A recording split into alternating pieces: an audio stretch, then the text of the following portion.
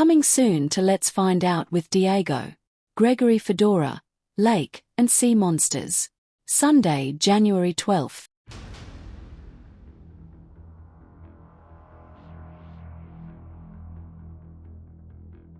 That every year when people go searching for these things,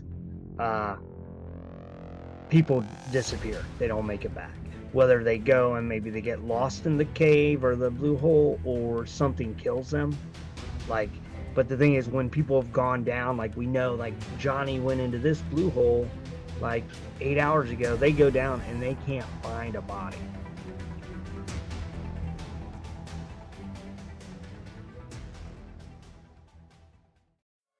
Are you curious about the unknown, the unexplainable?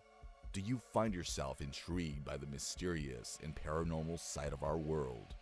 Join us on an adventure into the world of inexplicable discoveries and investigations that may someday give us the final answer as to what may be behind the veil of reality.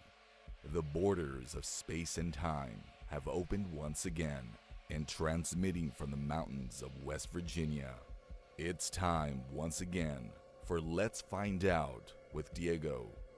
The universe is waiting for you.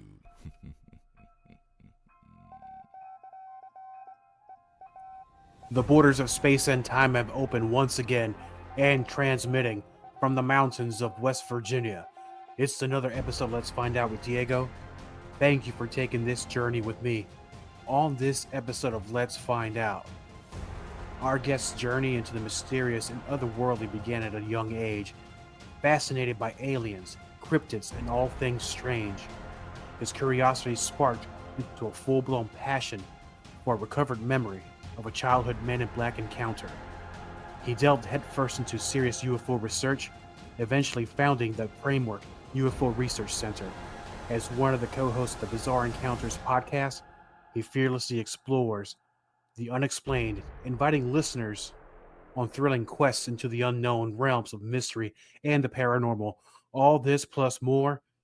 Please welcome to Let's Find Out a good friend of our show, podcaster and researcher, Orin Felix. Orin, my friend, welcome to Let's Find Out, man. I've been looking forward to talking to you again since I saw you a couple of weeks ago at, the Cryptid Halloween over there in Ranson. Yes, sir. Thank you so much for inviting me on. It's, like I said before we started recording, always a pleasure to get to see you and chat with you a little bit. And that was quite the intro. You made me sound much more accomplished and official than I really am. So thank you for that. No, man, you're 100% legit, my. That's why I believe Snarly invites people like us, man, because, we're always out there searching for truth and mysteries. And, and going back to Snarly, he always puts on these great events. That's how you and I and your partner met last year. Yeah, absolutely. Or at the American Legion, I think it was Cryptid Halloween 2. Yes, sir. Yeah, definitely.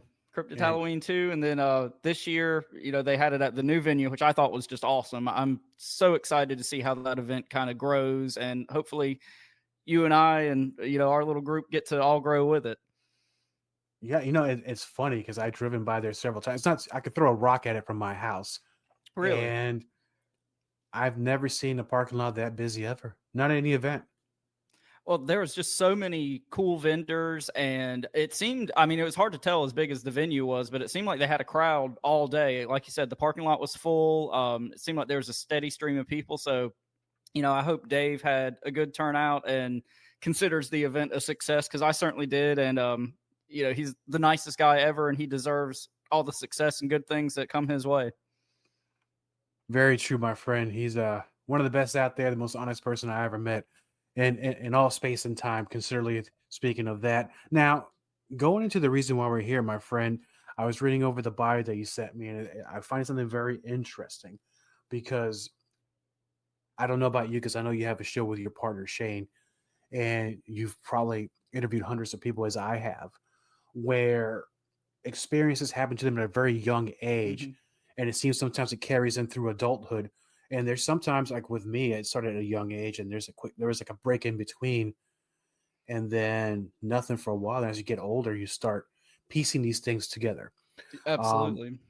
There comes a time where you receive I like to, we call it a recovered memory, or sometimes you get what people call a download of sorts, where you go somewhere or you talk to somebody, you see a picture, and it triggers a memory. And it's hard to explain how that happens. And it kind of almost takes you back, kind of like a quantum leak moment Mhm. where Scott Bakula, he gets sent back to a certain time. But it's Yeah. that's the best way for me to explain it. So tell me about this experience that you had as a young age, because you're probably only the second person I've met since I've done this show, going into this third year now, where there was an experience with a Men in Black. How did this happen? Where did it happen? Okay, so a little bit of background. I grew up in Eastern North Carolina. The property that my parents lived on was like across the creek from a very large military base. It's Camp Lejeune. If anybody out there is interested, I don't know if the commercials air, where you're at, but there's like this huge toxic water class action lawsuit going on right now. Yes. That's the place. So anyway, we lived right across the creek from that military base. And so growing up, there was always like helicopters doing maneuvers and planes flying over and all sorts of military activity. And when we'd have, like guests come in from out of town, the bombs going off and the helicopters always like terrified them. And like, we didn't even notice at that point because it was just what we were used to. But anyway, so I was probably 8 or 9 at the time. And I was homeschooled when I was young. And it was me and my mom and my little sister, just sitting at home doing schoolwork one day. It was probably in the, late spring, early summer. And this white van pulled up in our front yard. And in my recollection, it's like just the typical mid-90s, like Chevy Astro van, just very generic white van. And out of the van, these 2 guys got out. And again, my recollection is they had like black pants, short sleeve, white shirts, black ties, black sunglasses, no jackets or anything. But again, this is the summer in North Carolina. It's hot and humid. But anyway, so these guys start like making a perimeter around our yard and like looking, on kind of like the coast marsh line where, the property and the water met. And at the time, we had like, Jehovah's Witnesses and things like that come and visit the house. And this clearly wasn't that. My mom was scared by what was happening. And she said, take your sister, go hide in my bedroom closet. If I don't come back in a little while and get you, take your sister, run down the road to your aunt's house and, get help. So anyway, a few minutes later, my mom came and got me and my sister out of the closet. And what's so strange about the encounter is it wasn't discussed at all. Like my mom didn't say anything about it. We like when my dad came home from work that night, we didn't discuss it. It wasn't even, hey, this weird thing happened today. It was just kind of all swept under the rug. And funny enough, you're talking about recovered memories and how that one thing just sparks this whole, thought process. It was probably 5 or 6 years ago at this point, but I was, funny enough, watching a episode of Ancient Aliens about the Men in Black, and it was some encounter that they were talking about on that show. And I said, oh my God, that happened to me. And it, like you said, just this flood of memories came back. And soon after that, me and my mom, ended up being on like a road trip together and, in the car for hours. At some point I just said, hey, I remember this thing happening. Did this actually happen? And my mom was like, yeah, that totally happened. And she said it happened exactly like, the story I just told, how I recalled it. And at that point, that was toward the end of my mom's life, and she had gotten more into like esoteric and kind of strange things at that point. And I was just discussing it with her. I was like, what happened? What happened when you like went outside to see what these guys were doing? She said, I have no idea. I don't have any recollection of what happened between when I sent you and your sister to the closet and when I came and got you guys. So, she kind of joked, but not joked, that she got zapped by the Men in Black when this happened. So that's kind of the long and short of the actual encounter, experience, whatever you want to call it.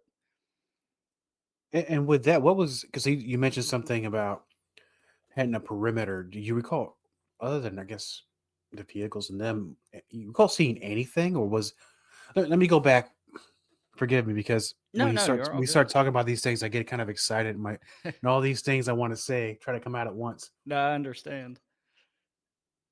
Did anybody else in the neighborhood have any reports or tell you anything? So where we lived, it was probably like a quarter mile, half mile off of like the main road. It was very secluded. We had like no close neighbors. It was on farmland that was owned by my grandpa. So there was like nobody around. And again, like all this type of military activity was just so commonplace that most people around there just didn't even notice it. I mean, and that makes sense. Now, in Carolina, and back in my oldest, I used to travel to Carolina a lot, all over the states, and towns that people have heard of and towns that people have never heard of. And that's the beautiful thing about North Carolina, really. Best of my knowledge, Carolina's not very well known for UFO activities, but it's very big with, of course, paranormal, especially cryptids. There's been times where, or reports that I've read, I'm sure you've read the same books, where a lot of military action when it comes to like dogmen or Bigfoot or things like that. Of course, UFOs, if there's a UFO landing of any sorts, but is that something common in Carolina with the UFO activity? You know, I've been on like the MUFON website, and I've tried to look into all sorts of reports, you know, on this journey, trying to piece this information together. And like you said, it's not really an area that's known for a lot of UFO activity. And, you know, like I said, I wonder how much of this could be there is activity going on. People just automatically assume it's a plane or, you know, a helicopter or some sort of military training, testing, something like that. So maybe there are things that are going on and it's just not reported because people don't realize what it is, especially in that very specific area. Yes, and because I've lived here in Virginia, West Virginia now. While I lived in Virginia most of my whole life, it's a very military state, because you have Norfolk with Navy, you have in DC area all the different law enforcement agencies or military and whatnot. When shit goes down, you know when shit goes down, but I think when it's related to UFOs, handle it a little bit different. Not like when you see state patrols or chasing after a stolen car or murderers or anything like that. Why am I going down this direction? Because it seems that when things like that happen, you don't really get anybody visiting your door. Yeah. You know, maybe when they say, hey, have you seen this person? We're looking for this person. But when it comes to UFO, it's handled so much differently. It's almost like they just say, don't say nothing. What has been your experience so far with people on your show that talked about UFOs? What do they have in common to when they witness something and perhaps they get contacted by an agency to where they say, well, maybe you should stop talking about this, or come down here with us at the station and talk about it? What's been your experience so far? So funny enough, since I've been on the show, we haven't really talked to anybody who had a Men in Black encounter. I mean, we've talked to a couple people who, you know, had UFO encounters, a couple, you know, abductees even, but no one specifically mentioned this kind of Men in Black side of the equation. And, you know, as I was unpacking this and trying to put the pieces together, I initially thought, okay, well, they must have been looking for something, you know, like you would assume, you know, there's a sighting, the crash, something like that, and then the Men in Black show up and they investigate. But as I got thinking about this situation more and more, now I'm kind of under the persuasion that they were seeing what we could see from our property. Because like I said, the base was right across the water.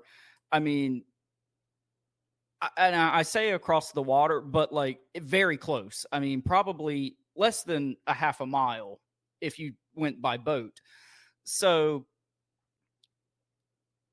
I think that, and this is something I've talked about on our show a lot, national parks and military bases, I don't think are chosen, just their locations for them aren't chosen because of their, just natural beauty or defense purposes. I think sometimes that could be so the government, the military, whatnot, can hide things that are there, whether that be portals or, you mentioned dogmen and things like that. And that gets a lot into like the national parks type thing. But I almost wonder if some of the high strangeness in this area, if that's why this base is there and not vice versa. And maybe something, got out, or maybe something happened and they wanted to make sure we couldn't see it from where we were at. And at this point, after, years of talking to different people such as yourself and unpacking this situation, that's kind of where I fall on it. It makes perfect sense, only because it's going to sound funny. I don't know what state this is, where a bunch of monkeys escaped from a. You're laughing because you know what I'm talking about. Yeah. I think I heard something about they're that not so long ago. And not so long as they be on the lookout, keep your doors shut or your windows shut, because these monkeys have escaped from this lab or this location. And it might have been one of those things that where perhaps at that installation, something must have escaped, because if something would have crashed, I think it would have been a far more reported thing, where far more people would be outside looking as well, not only with your neighbors, but as far as law enforcement and of course military. So I'll go with what you're saying there. Something must have escaped from there. Yeah, or it could be something as simple as a test went wrong or something like that. I think, like I said, I'm of the opinion that they're making sure we couldn't see something. And whatever that something is, your guess is as good as mine. But, like we said, with the high strangeness in that general area, it could be anything. But, something else that people talk about in a lot of Men in Black encounters is, there's pretty much two schools of thought. It's the, kind of John Keel, otherworldly, ultra-terrestrial type Men in Black. And then there's the, these are just government agents doing a job. And granted, I was not face-to-face with these guys. My mom can't remember or couldn't remember any of her interaction with them. But just from afar, I did not get the impression that these were some sort of otherworldly or ultra-terrestrial type entity.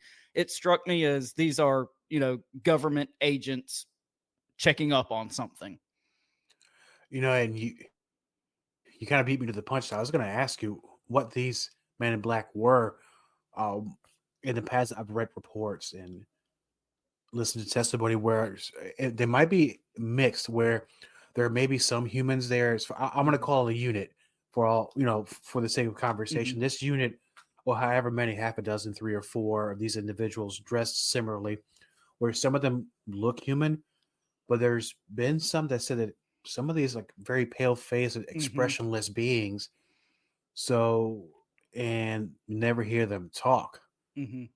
So, what is your take on that? I mean, because I know you just said what you saw, but have you heard this before as well? Yeah, absolutely. And I think in a lot of things in the paranormal realm with cryptids or aliens or anything like that, more than one thing can be true at a time.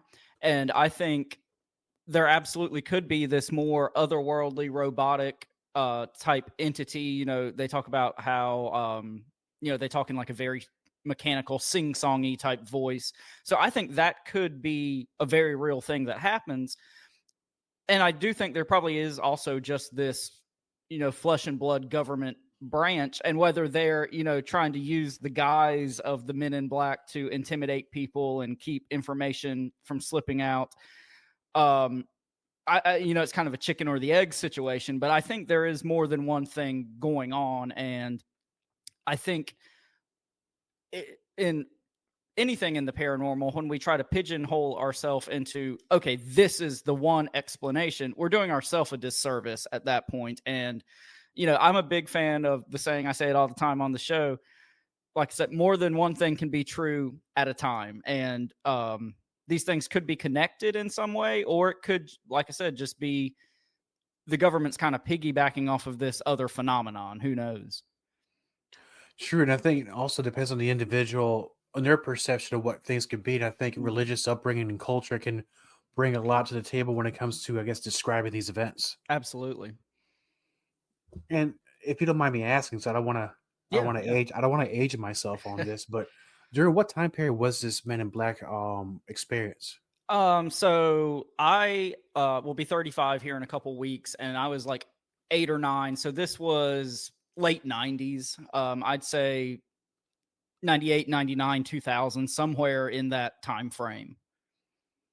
So it was after like the Will Smith Men in Black movie came out. So there was a little bit of like, I think, cultural frame of reference for that sort of thing.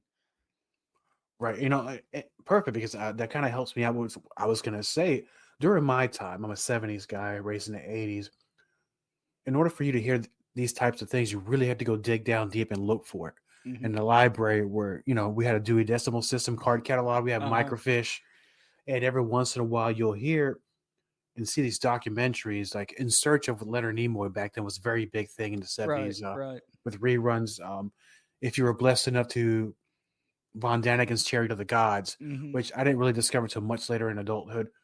But these kind of things trickled very slowly. But I think in the 90s, once technology started evolving, you started seeing more things on television. One of the ones that I think really did a great job, and I don't technically think it, you know, doesn't matter what I think about it, that Alien Autopsy thing that came out, I think it was on Fox, where I think people started looking into this again, you know, however you fall into the side of whether it's real or not. That's okay. It's not a purpose of the show, but I think that something happened because now internet came in later, and then cable TV channels started popping up, and then into the 2000s, we get Ancient Aliens, and that's where the shit really hit the fan, where people are like, holy crap, because people were now looking at history completely different than they think they were listening back in the day. So how did your knowledge expand in this subject? Meaning your interest, when did it rise more? It had to do something with the trigger memory, but I think as these subjects came more to light. Yeah, so I think you know, you're spot on with everything you just said. You know, like we talked about a little bit in the wonderful bio intro that you did. I was just like always into stuff like this, even as a kid. Like I remember kind of, I guess probably as a child, my gateway into all this sort of thing was the Loch Ness Monster. I loved the Loch Ness Monster. I was obsessed with it. And then, funny enough, around the same time period, maybe probably a little bit before Ancient Aliens, there was a show on the History Channel called Monster Quest, where, you know, they would pick a cryptid, and of course, you know, they have an expedition and they go off in the woods and try to find this cryptid. Spoiler alert, they never find it, but, you know, it talks about like the history of the Mothman, or, you know, various like Bigfoot type entities. But I loved that show. Like it was, I don't know, one day a week, Tuesday, Wednesday, Thursday, something like that. They would just run reruns of it all day, and I would just sit there for hours and watch that show.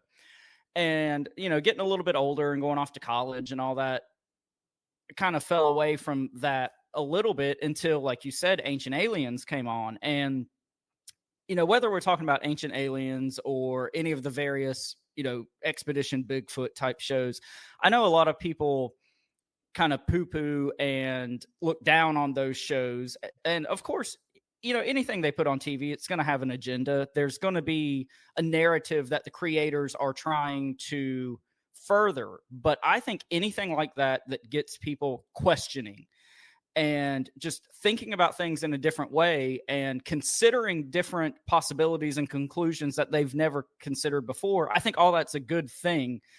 And, you know, how many people are looking into weird stuff like this because of Ancient Aliens?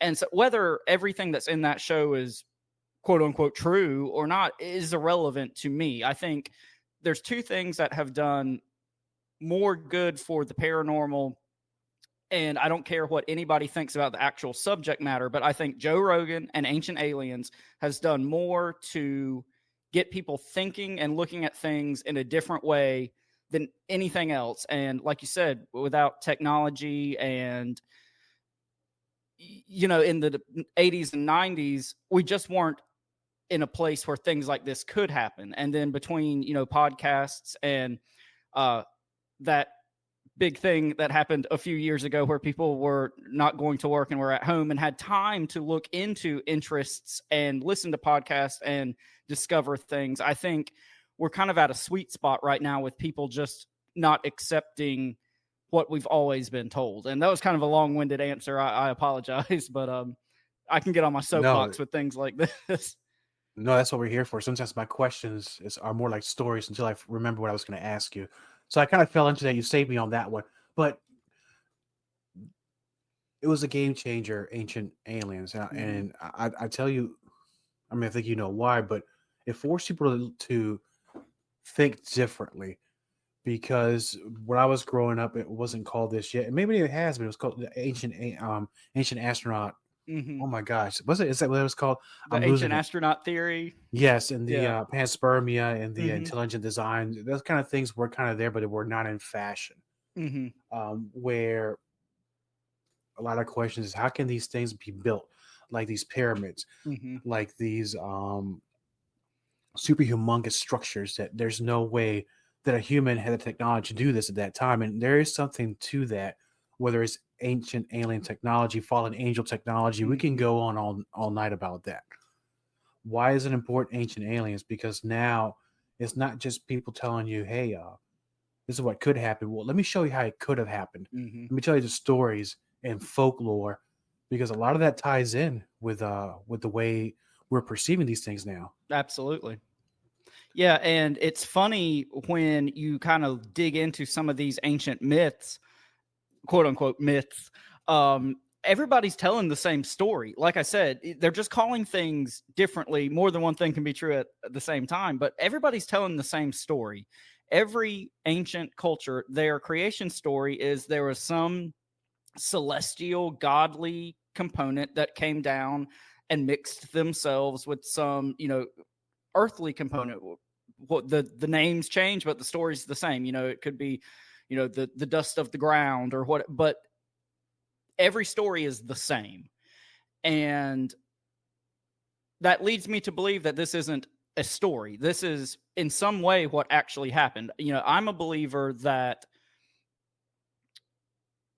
ancient alien technology, ancient alien theory, all that sort of thing did happen. I mean, I feel like aliens have visited Earth. I feel like they continue to visit Earth.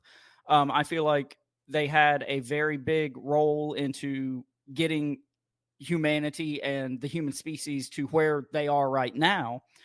But again, more than one thing can be true at the same time. I feel like a lot of those visits are kind of few and far between. I feel like when you're working on basically infinite timelines, like these gods, aliens, whatever you want to call them, angels, whatever they are, I feel like they're not just coming here all the time. So I feel like a lot of the kind of ongoing UFO sightings and reports, I think they can fall into three categories. One of them, of course, just, you know, misidentified natural phenomenon, whether it be weather balloons, ball light, you know, the typical explanations. I think at this point, a large number of those sightings are government and military technology, whether it be ours or somebody else's. And I think it behooves the government for them to not admit that these things are theirs.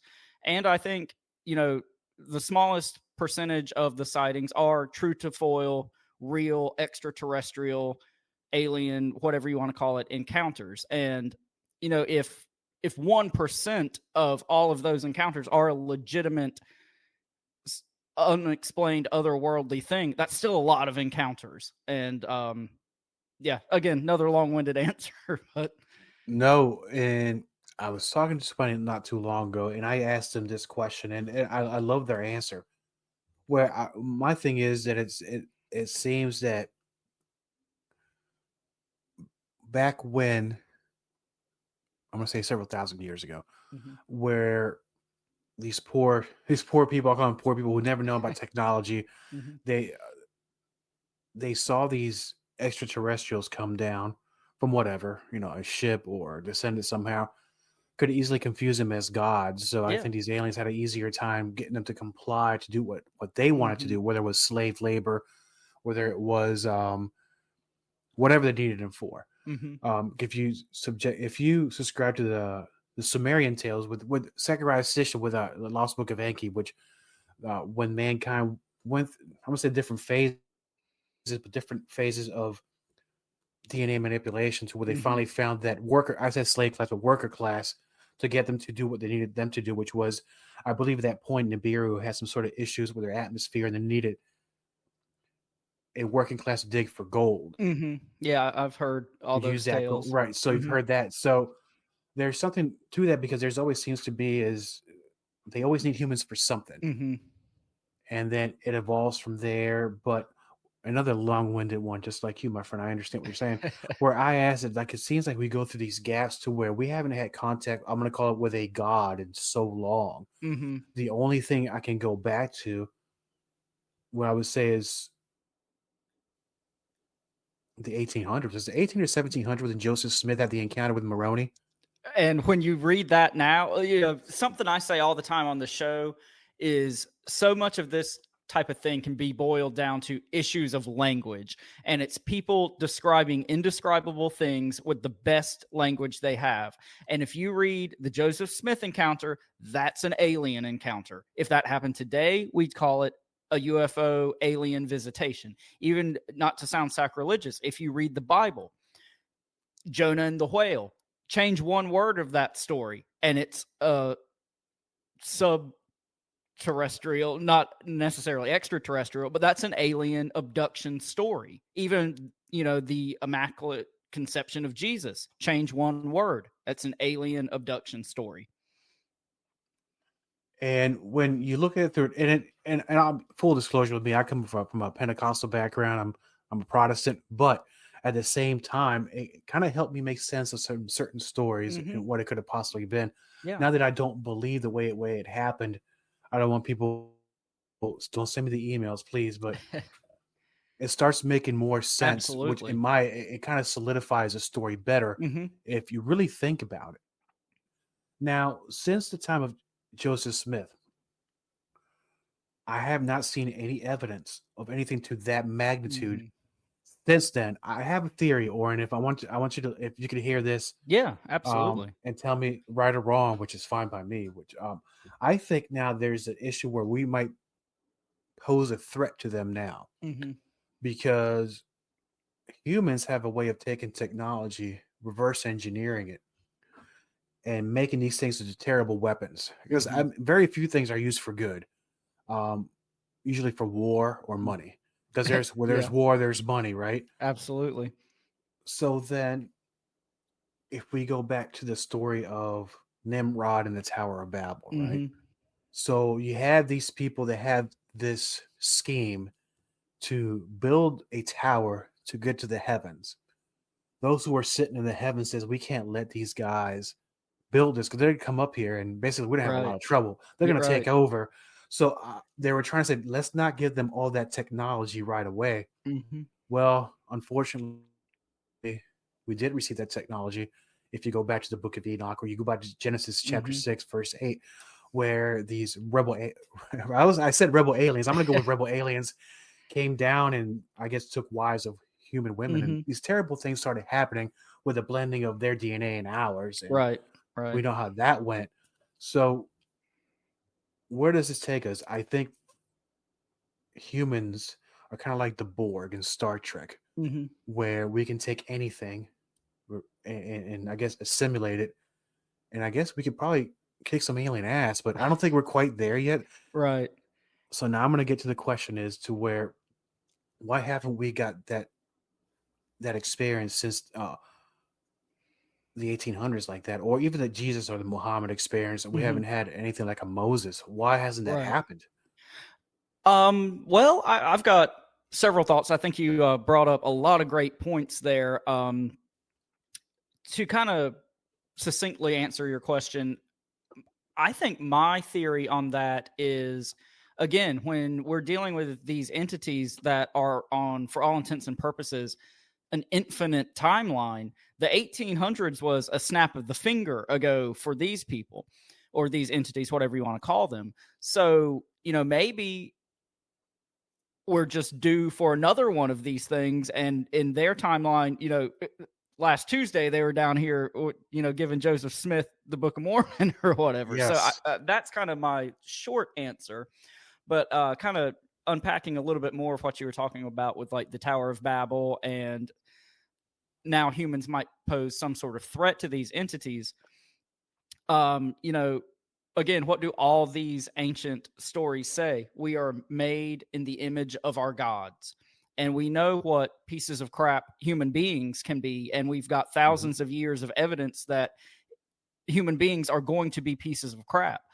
And, you're talking about Genesis 6 and the Nephilim connections. And, if we take into account made in the image of our creators, and this is something I joke around a lot about, but I think it's true, that story makes perfect sense. Because if we're made in the image of the gods, doesn't it make perfect sense, Junior, stop going down there and sleeping with the earth women? That's something that humans would do in that situation. And kind of bringing it all back to technology, we saw this huge jump in UFO encounters, reports, whatnot, with the advent of nuclear technology, or the rediscovering of nuclear technology, if you want to go more, like you said, the Zachariah Sitchin route. But so I think you're very much onto something. Once we discovered / rediscovered nuclear technology, that could have been like the point in time where the scales kind of tipped. Maybe that was the new Tower of Babel. We have become gods at this point. Oppenheimer said, I've become death, the destroyer of worlds. So I don't know. I think you're definitely onto something with all that. And that's an interesting way of thinking about the UFO phenomenon, in my opinion. No, I think I'm 100% in agreement with you with a majority of that, my friend, because it makes too much sense. And if it makes sense to me, I'm thinking it might be true. And I'm thinking this is something that's happened in the past before. This is not the first time we've had to deal with forbidden technology where mankind pretty much obliterated itself. Right. If you want to take into account of these archaeological sites that were not found on the ground, that were found on the water, whole cities, whole civilizations where you see these structures that are hundreds of feet under the water. How the hell did it get there? Well, something happened. Right. You can go back to Atlantis. It seems possible. And Moria, it seems possible. Yeah, and I mean, I think again, every culture has a story about a flood myth. At some point, it takes almost more faith to believe that these are just stories than that this is at least very heavily based off of something that actually happened. And you were talking about kind of your religious upbringing a few moments ago. I was raised Baptist, heavily involved in the church my entire life, went to church camp every summer when I was a kid. But I always struggled with a lot of things about Christianity and religion. And I think once, kind of like you said, once you insert this missing puzzle piece into that framework, a lot of it makes more sense and a lot of it becomes easier to believe. And, I don't think maybe the Bible is necessarily talking about what a lot of Christians think it is verbatim, but I believe the Bible more now than I ever have in my entire life. I just think it's maybe something a little bit different than a lot of religious folks want to admit. Sure. And what I always like to say is the Bible is kind of like the bare bones story of it's kind of like a walkthrough. It gives you what you need to get through it. And they're writing about things that were to them super important at that time. They're not worried about you knowing about UFOs or too much as far as fallen angels and those kind of things. They want to tell you, here's the plan of salvation, right? A, B, and C. You're going to get where you need to go. And it's one of those things. When I was heavily involved with the church, at one point, I thought I wanted to be a youth minister and eventually become a pastor, and move on down the line. a lot of things in my life changed, and that's okay. I would have been terrible at all those things. I mean, just to be open with you on that. At that time, and this is interesting, I had a guy, because I used to do Bible studies a lot. He was telling me things that you're now starting to hear in the church, where it's becoming, I'm going to say accepted, but now people are getting to more to think. You have guys out there like Stephen Quayle, L.A. Marzulli, and Timothy Alberino, where these subjects are now, you cannot build the dam because the water's breaking, because this information is out there now. Because if you start reading, like I said, the Bible, and now that's more true now than ever, you can no longer ignore the subject. Yeah, absolutely. And again, if you consider these stories are people trying to describe indescribable things with the best information and the best vocabulary they have at the time, it just makes so much sense to me. Like, just take like the Nephilim stories, for example. One person's Nephilim is another person's extraterrestrial. You know, one person's demon is another person's extraterrestrial. And I think when you look at all those biblical accounts through that lens, it becomes a lot harder to deny that something legitimately strange is going on and has been going on for thousands of years.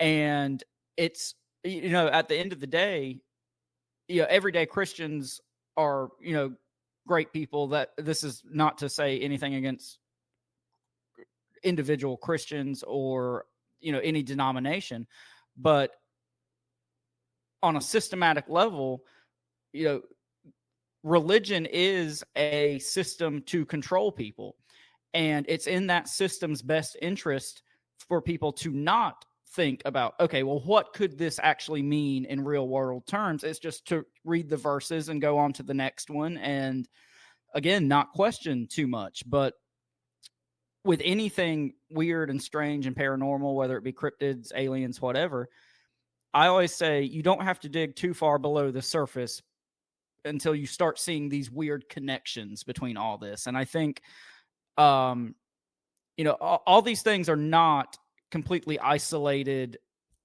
phenomena. It's all connected in some way. And I think what and where those connections are is what's so interesting in all this.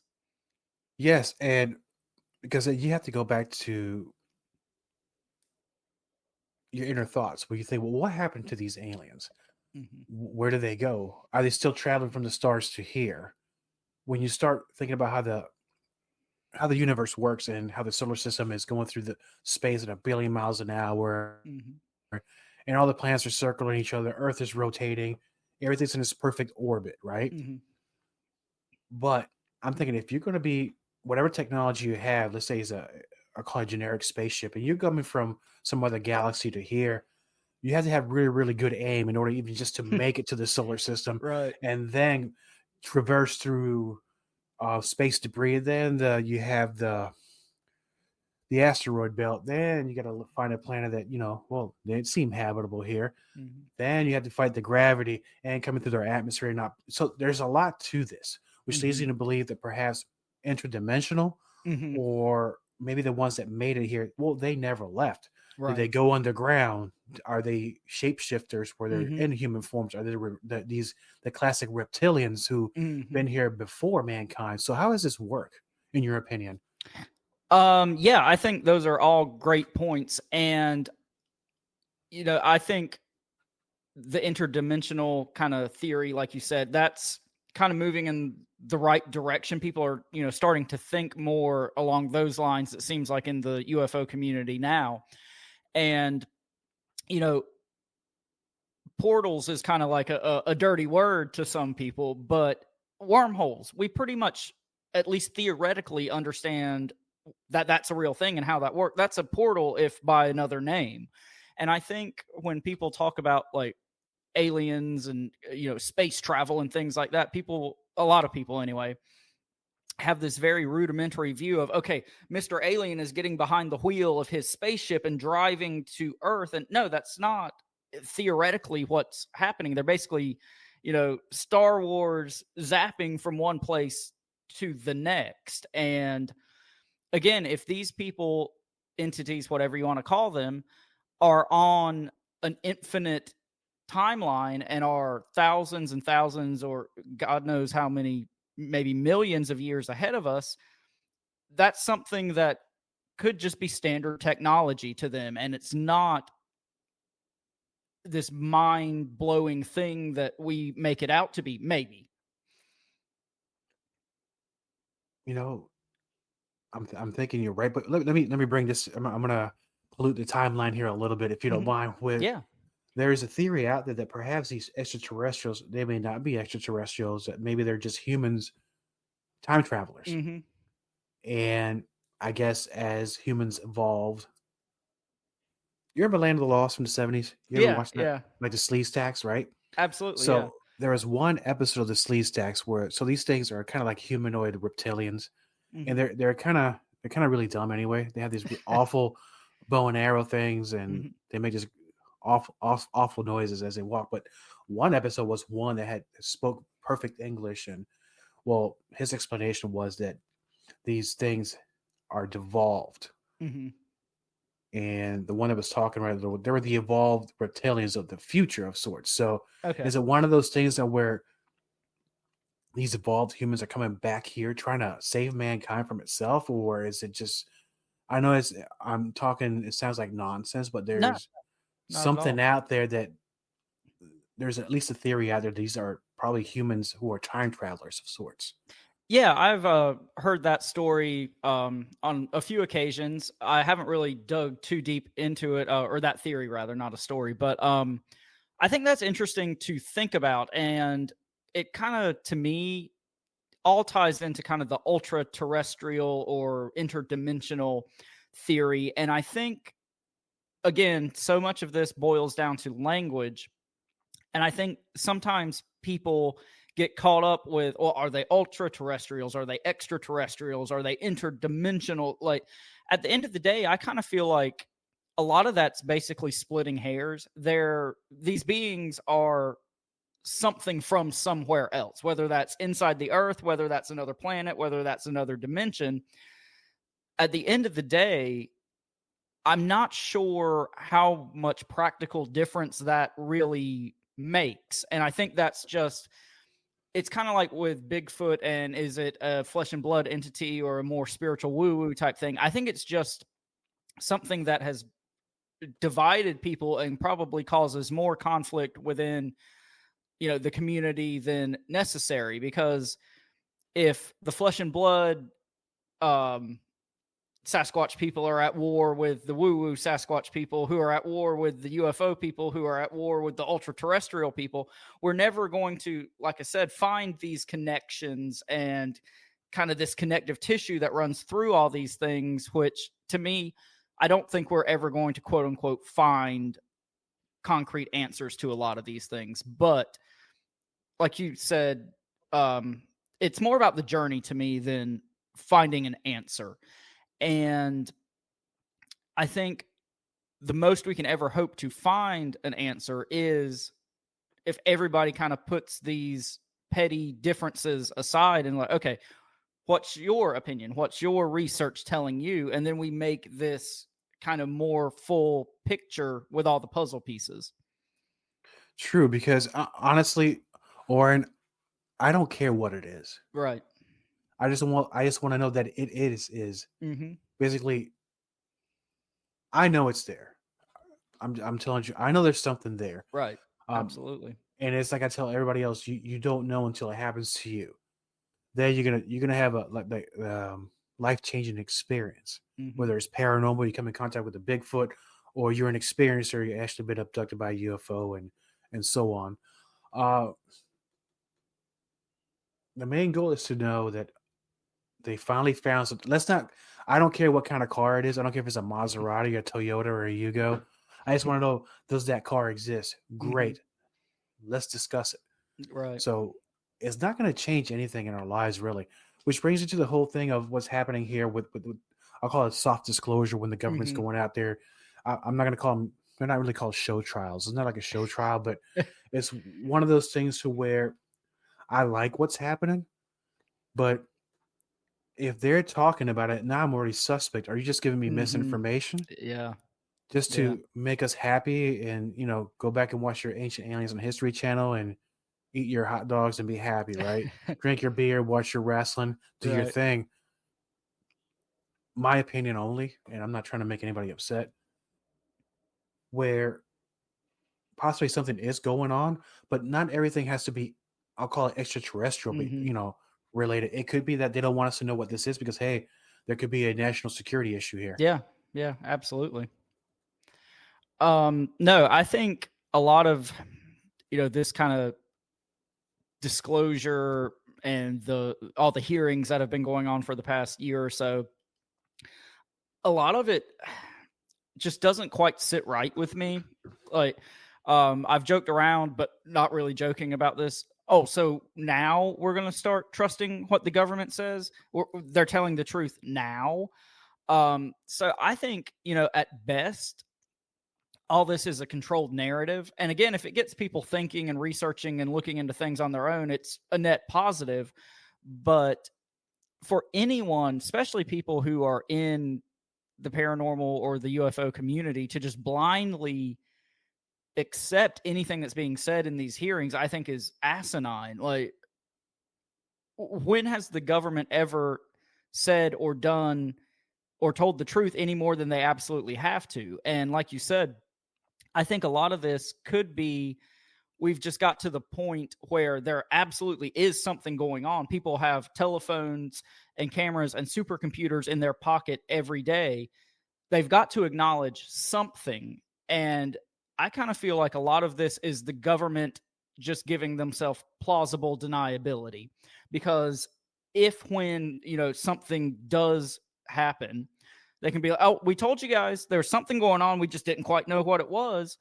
So yeah, I think at the very best, that's what's going on. And at the very worst, it's, like I said, just pure misinformation and a controlled narrative and trying to actively lead people away from whatever the quote unquote truth is. Yes, because there's so much out there right now. We're not only talking about UFOs, we're talking about cryptids, talking about paranormal, and at least in those two instances, the average person can go out there and explore and investigate and probably get some positive results. Right. Because I know you're not only interested in research UFOs, but you also do cryptids and also the paranormal. So, what have you seen so far? Have you had a paranormal experience or cryptids or anything like that? So, not really. The Men in Black encounter is probably like the weirdest thing that's personally happened to me. Kind of piggybacking off of that, and I'm going to try to make this as quick as possible. But in that same area where I grew up, like we said, there's a lot of kind of weird things that have gone on. So here in the past few years, both of my parents passed away. And at that point, my sister was living in our childhood home for a while we were trying to get, everything cleaned up and all of the affairs in order and just things you have to do when that happens. And she began having a lot of very strange paranormal experiences in that house. Just things as simple as she would go out to her car every morning and like the battery would be dead. So, buys a new battery, goes out the next morning, the battery's dead again. And, as well as I do, dying car batteries are a big thing in any type of UFO or paranormal or cryptid case. But just kind of the story that I think is the funnest one to tell that happened to her is, she said she was laying in bed one night. It was probably like 10 o'clock at night. And she said this voice, like it wasn't like a voice she heard. It was like a thought was beamed into her own head. Go look on top of the refrigerator. So she went out and looked on top of the refrigerator. And in our kitchen, there was like, you know how people will have like decorative like chickens in their kitchen, like little statue type things. And on top of the refrigerator, there were these 3 decorative chickens. Well, the bodies had been ripped off of these 3 chickens. So it was just the 3 sets of legs on top of the refrigerator. So she calls me, 10 o'clock at night, freaking out. I said, this is trickster, paranormal type behavior, poltergeist type stuff. I said, I joked with her, in a couple weeks, you're probably going to find them in the mailbox or something like that. But not to get too deep into anything, but like I said, my parents had both recently died. There was a lot of family drama and stuff going on, a lot of negativity being dumped into this location and this area where, there's kind of weird things going on anyway. And, a lot of people talk about this idea that negative energy and death and things like that even further can thin the veil. And so I think, she was experiencing these weird things because, one, we were in a weird place and all this negative energy was being poured on top of that. And so, again, long-winded answer, but I haven't really experienced anything that I would consider paranormal, but my sister absolutely has. And it's kind of all tied into the Men in Black story, I think, that we started at the top of the show with. So, and I think everything's connected from Bigfoot to spirits, UFOs. There's a connection there somewhere. Absolutely. And all seems to be centered around Earth and us. Interesting enough, I didn't know that humans were that interesting, but we seem to be interesting to a lot of things. And with the UFO framework, UFO Research Center, what kind of work you've done so far with that? Is that still quite a new organization, right? Well, so again, you in your wonderful intro made me sound more official and legitimate than I really am. No, so when I first started kind of researching all this stuff heavily, me and my partner Jenny, who you met at Cryptid Halloween, she, funny enough, was experiencing some kind of paranormal stuff in the apartment she used to live in while I was like really diving deep into this. And so we're like, we need to start going to conventions. We need to start trying to talk to people and meet people such as yourself. And so at that point, I was doing research and I was like compiling notes, and, my initial idea was to write some sort of book at some point. And I was like, we need like a business card. We need something just so we can put in people's hands. And I was like, well, let's come up with, a UFO Research Center. And I called it the framework. And this kind of ties into our earlier conversation as well. I think all this stuff is connected. And I think, again, you don't have to dig very low below the surface till you start seeing the connections between all these things. And I think that we should all question the narratives we've been told. I think we should all do our own research and start seeing these connections and building our own framework of thought. And that's why I called it that. So basically, the Framework UFO Research Center is me diddling on the keyboard by myself, but I just felt like I needed a name and something to put in people's hands, and that's kind of where it came from, and that's why I called it that. So don't undersell yourself, man. There's titans of industries right now as we live and breathe, my friend, where everything started in a garage or in the office in a 1-bedroom apartment. You never know. But here's the thing with that.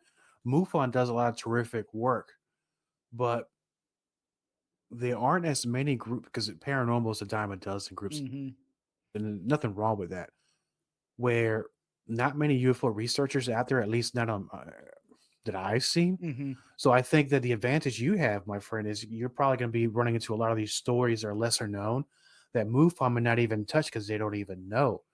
And what you're doing, gathering this evidence and information and interviewing the people, I think will do a terrific service to what we do.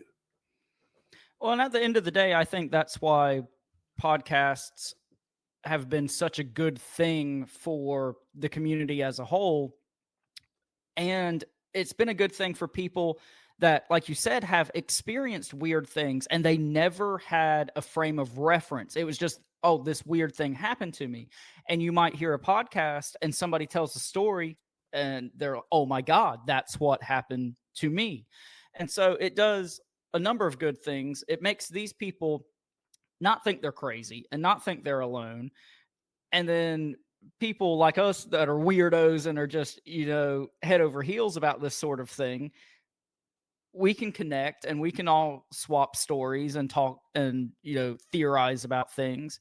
So I think, and this is again bringing it back to some of the stuff we were talking about earlier, technology had to get to a point where people were able to share this information and able to share thoughts and theories. And,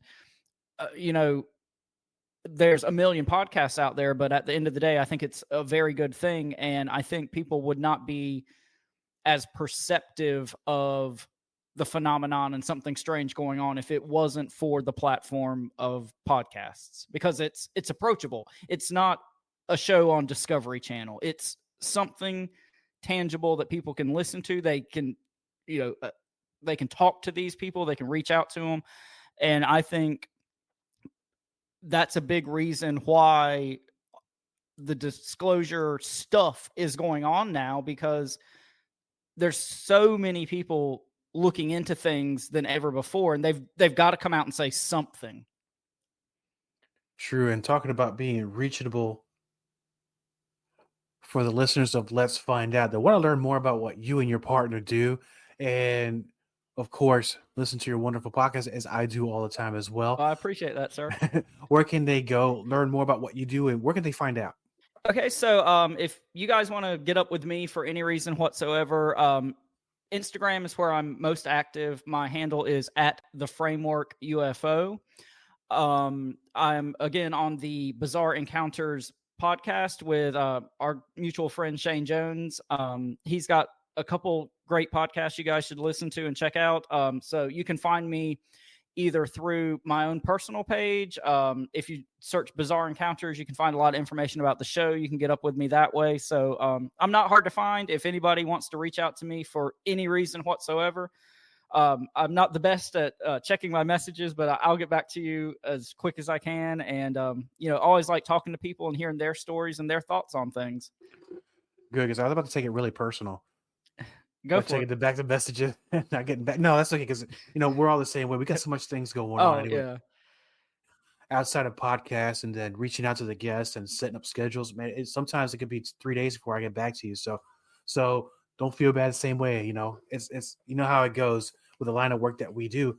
So hey, at the end of the day, we're all just doing the best we can, right? Absolutely right. So I know we just saw each other Cryptid Halloween not long ago, and I know this is the slow season now. So what are you going to be doing next? What's coming up for you?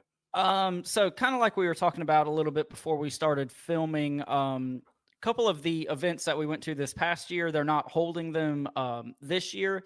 So me and my partner Jenny, we're kind of tentatively planning to go to the Smoky Mountain Bigfoot conference in Gatlinburg next summer.